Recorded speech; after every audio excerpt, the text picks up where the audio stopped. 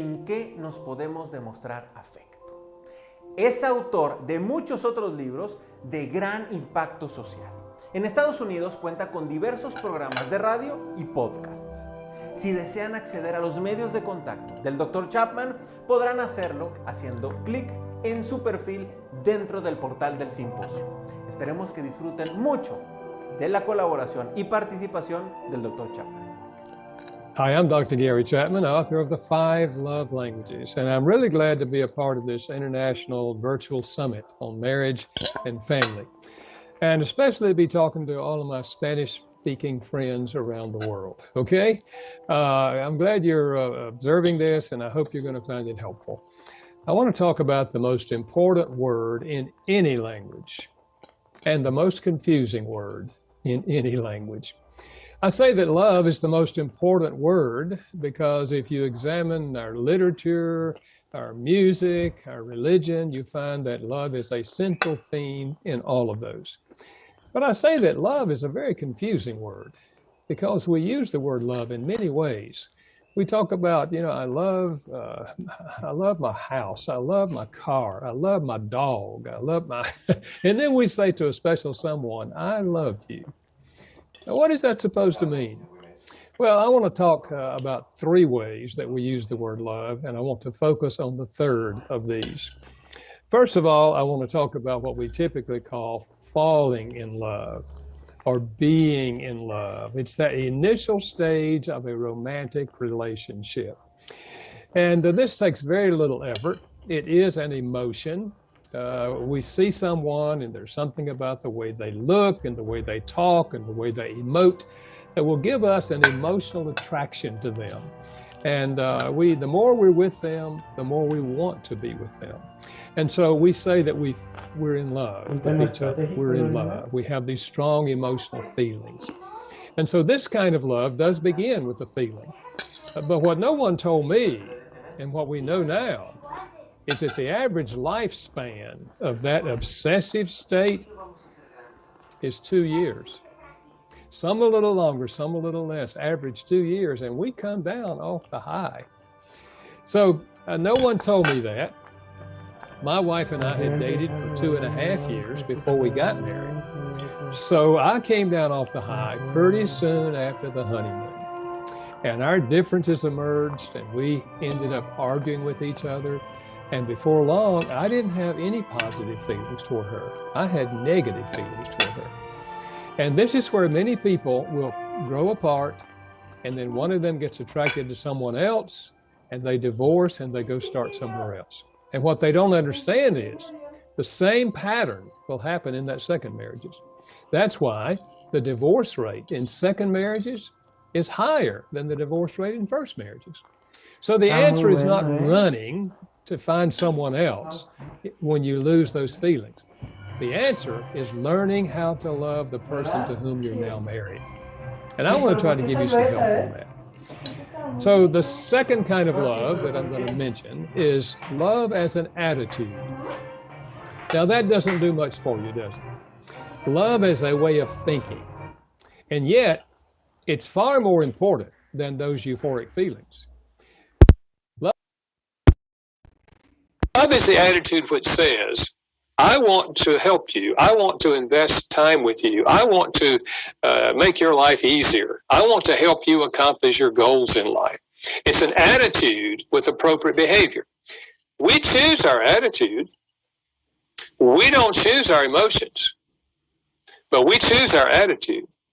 And I'm going to come back to that. I'm not going to talk much about it right now because we talk a lot about this. We talk about loving your neighbor, being kind to other people, helping people that you encounter. It's extremely important. And I'm going to come back to that. But I want to focus on the third way that we use the word love. And that is love as an emotional need. I like to picture inside every child, there's an emotional love tank. And when the love tank is full, that is, the child genuinely feels loved by the parents, the child grows up emotionally healthy. But when the love tank is empty and they do not feel loved by the parent, the child grows up with many internal emotional struggles. And in the teenage years, will likely go looking for love, often in the wrong places. But I believe that adults also have an emotional love tank. And if your love tank is empty and you do not feel loved by your spouse, and you start thinking they don't love me, they wish they weren't married to me, life can begin to look pretty dark. So what I want to talk about is how do we keep the love tank full when we come down off that initial emotional high and back into the real world. Now, the difficulty in doing this is that we have assumed that what makes me feel loved will make the other person feel loved. And that's a false assumption. That is simply not true. I remember the first time I discovered this in my office many years ago. They sat down, I didn't know them, found out later they'd been married to each other for 30 years. And the wife said, Dr. Chapman, the main problem in our relationship is I don't feel any love coming from him. We're like two roommates who live in the same house. We're friendly, we don't fight each other, but there's nothing going on between us. He lives his life and I live my life. And she said, I just feel empty inside and I don't know what to do. Well, I looked at her husband and he said, I don't understand that. I do everything I can to show her that I love her. And she says she doesn't feel loved. I don't know what else to do. And I said, well, what do you do to show your love to her? He said, well, I come home from work before she does, and I start the evening meal. And after I finish the meal, or said when she comes home, if I haven't finished, she will help me. We eat together. Then I wash the dishes. He said, on Thursday night, I vacuum the floors. And on Saturday, I wash the car, and I mow the grass, and I help her with the laundry. And he went on, and I was beginning to wonder, what does this woman do? It sounded to me like he was doing everything. And he said, I do all of that to show her that I love her. And she says she doesn't feel loved. He said, I don't know what else to do. I looked back at her, and she said, he's right. He's a hardworking man, but we don't ever talk. We haven't talked in 20 years. He's always mowing the grass and washing the car, always doing something. You understand what's going on? A sincere husband who's loving his wife in the best way he knows how, and a wife who doesn't get it. And after that, I heard similar stories over and over in my office. And I knew there was a pattern to what I was hearing, but I had no idea what it was. So eventually I took time to sit down and read several years of notes that I made when I was counseling and ask myself the question, when someone sat in my office and said, I feel like my spouse doesn't love me, what did they want? What were they complaining about? And their answers fell into 5 categories. And I later called them the 5 love languages. So I started using this in my counseling. That if you want her to feel loved, you've got to learn how to speak love in her emotional love language. If you want him to feel loved, you've got to learn to speak love in his love language. And I would help couples discover their love language, challenge them to go home and try it. And sometimes they would come back in 3 weeks and say, Gary, this is changing everything. The whole climate is different now between us. It's just different now. It's just good now. And then I started using the concept with small groups of couples, and the same thing would happen. So probably 5 years later, I thought, if I could put this concept in a book and write it in the language of the common person, maybe I could help a lot of people that I would never have time to see in my office. Little did I know that the book would sell now over 15 million copies in English and be translated in 50 languages around the world. And I think the Spanish publisher has published over 5 or 6 million in Spanish. So wherever it goes, it is used to help people discover how to effectively love each other. So I want to share with you briefly the 5 love languages and show you how this can absolutely turn a marriage around in a positive direction. These are no particular order of importance. Number 1, words of affirmation. Using words to affirm the other person. You look nice in that outfit. I really appreciate what you did. One of the things I like about you It's simply looking for things about the other person that you appreciate and verbalizing that to them, giving them words of affirmation. There's an ancient Hebrew proverb that says life and death is in the power of the tongue. You can kill people by the way you talk to them, or you can give them life. And for some people, words of affirmation is their primary love language. It's these kind of encouraging words that sinks deep into their heart and they feel loved by the other person. A second love language is acts of service, doing something for the person that you know they would like for you to do. In a marriage, there would be such things as cooking meals, washing dishes, vacuuming floors, anything that you know the other person would like for you to do. There's an old saying, actions speak louder than words. If this is your love language, actions will speak louder than words. And so it's affirming the person by doing things to help them. That's what the husband was doing that I just mentioned. He was doing acts of service for her. The problem, that was not her love language. He was loving her, but she wasn't getting it because that was not her primary love language. Number 3 is receiving gifts. It's universal to give gifts as an expression of love. The gift doesn't have to be expensive. Haven't we always said it's the thought that counts? But I remind you, it's not the thought left in your head that counts. It's the gift that came out of the thought in your head. You can get flowers free a good bit of the year. Just go out in your backyard and pick one. That's what your children do. Little children go in the yard and they find a flower and they pick it and bring it and give it to the mother. You can do that. And if you don't have any flowers in your backyard, check your neighbor's yard. Now ask them, don't steal them, ask them. A man told me the other day, he said, Dr. Chapman, I was taking a walk. My wife's language is receiving gifts. And I saw a bird feather. And I picked up that bird feather and took it home. And I said to her, honey, as I was walking, I found this bird feather. And I wanted you to have it because you are the wind beneath my wings. Wow. Yeah, he gave a gift and words of affirmation. For some people, gifts speak very loudly. You were thinking about me and you got me this gift. Number 4 is spending quality time, by which I mean you give the other person your undivided attention. I do not mean sitting down and watching television together. Someone else has your attention. I'm talking about sitting down with the TV off, computer down, not answering the phone. We're giving each other our full attention. Eye contact, nodding our head, trying to understand what they're saying, asking them questions about how they're feeling and what they're thinking, and they're doing the same to us. That is quality time. Now, it's not always sitting down and talking.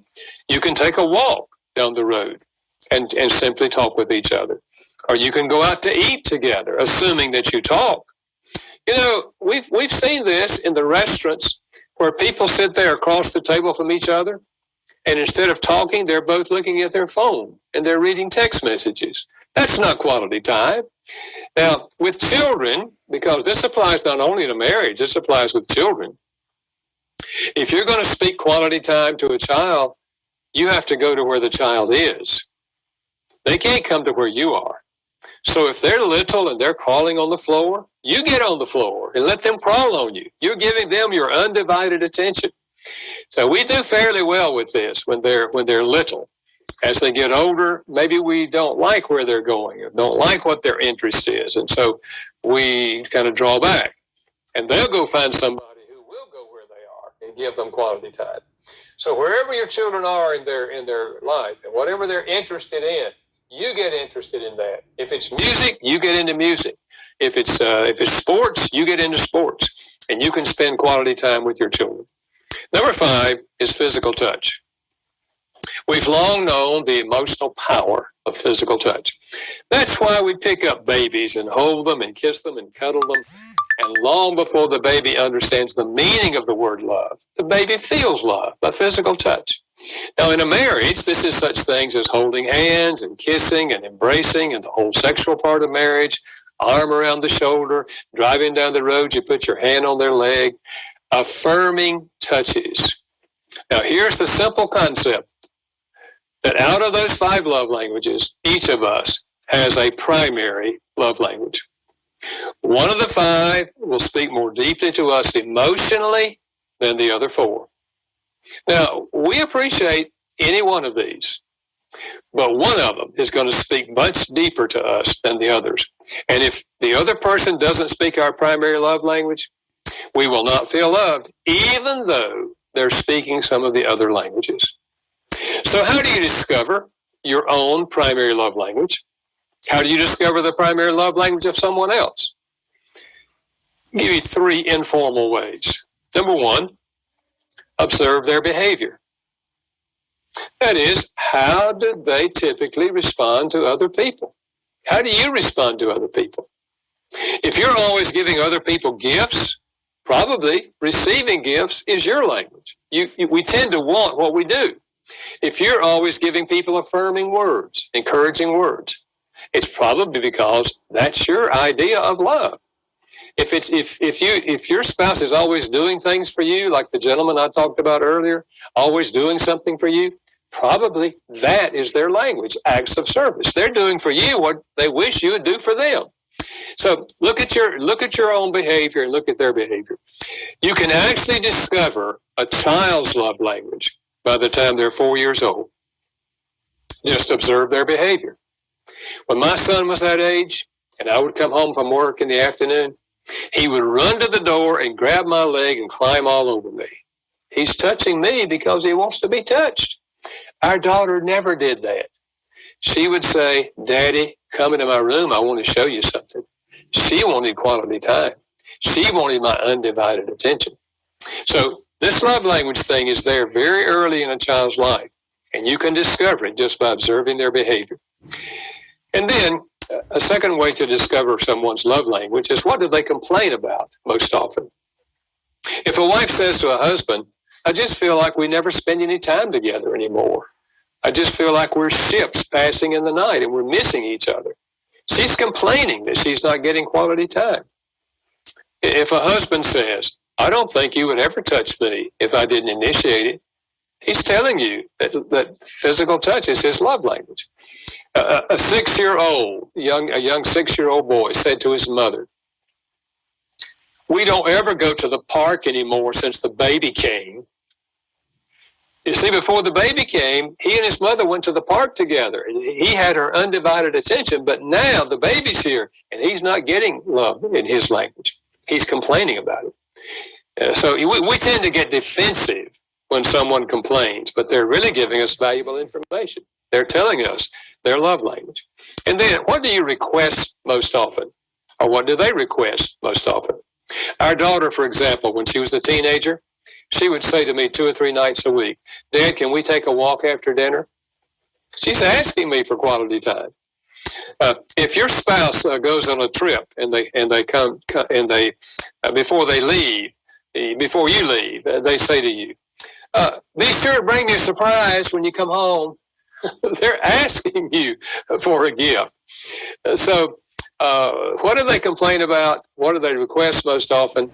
And you can pretty well figure out a person's love language. Now, in the back of the book, of the published book, there is a profile or a quiz. You can make choices between 2 different things, and it will also tell you what your primary love language is. So that can affirm what you've done in this informal way. So discovering the love language, if you're married, of your spouse, and choosing to speak it on a regular basis, will begin to fill up the love tank of the other person. They begin to feel love. You're meeting that emotional need for love. And now you hardly miss the euphoric stage that you had in those early years, because you genuinely feel loved by each other because they're speaking your love language. And the same principle is true of a child. Don't assume that your children feel loved. The question is not, do you love your children? The question is, do your children feel loved? And I can tell you, there's a lot of children that do not feel loved. A young man, 13 years old, was in my office. He had run away from home at 13. And he said to me, my parents don't love me. They love my brother, but they don't love me. I knew his parents. I knew they loved him. The problem? They had never discovered his primary love language, and he didn't feel loved. Now, do not hear me saying that you only speak the child's primary love language. No, no, no. You give heavy doses of the primary. Then you sprinkle in the other four, because we want the child to learn how to receive love and give love in all 5 languages. That's the healthiest adult. And some of us did not receive some of these growing up. So as adults, we have a hard time speaking these languages. So the best thing is to speak all 5 languages, but you give heavy doses of the primary. Incidentally, that same principle is true in a marriage. You speak their primary love language, but you sprinkle in the others and you get extra credit for the others. Okay? So what am I saying? I'm trying to give you a method, a manner, a way of communicating love to the other person in a way that is meaningful to them. And when you meet their deep emotional need for love, you can solve everything else in life better. The conflicts are more easily solved if you feel loved by each other. The pressures that come along the way in life are much easier to handle if you feel loved by your spouse. So this is extremely important in having a long-term, healthy marriage relationship. So I hope you see how this applies in all human relationships. In marriage, if you're single, it applies in your dating relationships. It also applies to young single adults in their relationship with their parents, their siblings, their college roommates, their dating partners, anyone. You know, it applies in all human relationships. Our deepest need is to feel loved by the significant people in our lives. If you're married, the most significant is your spouse. And when you do feel loved by your spouse, life is really beautiful. When you don't feel loved by your spouse, life begins to look pretty dark. And we see all the negative things about each other. But when you're speaking the person's love language, you begin to see the positive things about them. Now, someone says, well, what if my spouse is not interested? What if they won't read the book? What if they don't want to discuss the love languages? Well, then you initiate it. You discover your spouse's love language in the ways that I mentioned, and you start speaking their love language. I've often done this with couples whose spouse would not come for counseling and they came alone. And I would say, what if you would decide to speak their love language at least once a week for 6 months, and let's see what happens. They're not always excited about it, but if they're willing to do it, I can almost guarantee you the marriage will change for the better. Over and over again, I've seen the other person after a month or 2 months or 3 months, I've seen them begin to warm up. And I've seen them begin to reciprocate and begin to respond to the other person and say, well, honey, what could I do to help you? See, now they're opening up. Now they're turning toward you. Why? Because you love them unconditionally. You love them when they weren't loving you. And love stimulates love. Because you're speaking their love language. You're speaking to them very deeply emotionally. And they're now drawn to you because you're the one who's loving them. You're the one who's filling up their love tank. And they're drawn to you now. And chances are they'll begin to ask questions, and you can teach them how to love you, even though they don't even know the concept of the love languages. So don't feel that, if your spouse is not interested, then this is not important for you. We all have an influence on other people. We've said all along, we cannot change our spouse, but we can influence them. And we overlook the power of influence. And there's no more powerful influence than loving your spouse in the right love language over an extended period of time. You're doing the most powerful thing you can do to influence them. So I hope you can see how this is going to, if you're married, how this is going to help you in your marriage. If you have parents, if you're parents of children, how it's going to help you be more effective in loving your children. And if you're a single adult, I hope you're going to see how this is going to help you in all of your relationships. So thanks for being a part of this event, and thanks for letting me be a part of this event. And I hope that you will continue to grow. Marriages are either growing or regressing. We never stand still. I hope this will help you have a growing marriage. Thanks for allowing me to be a part of it.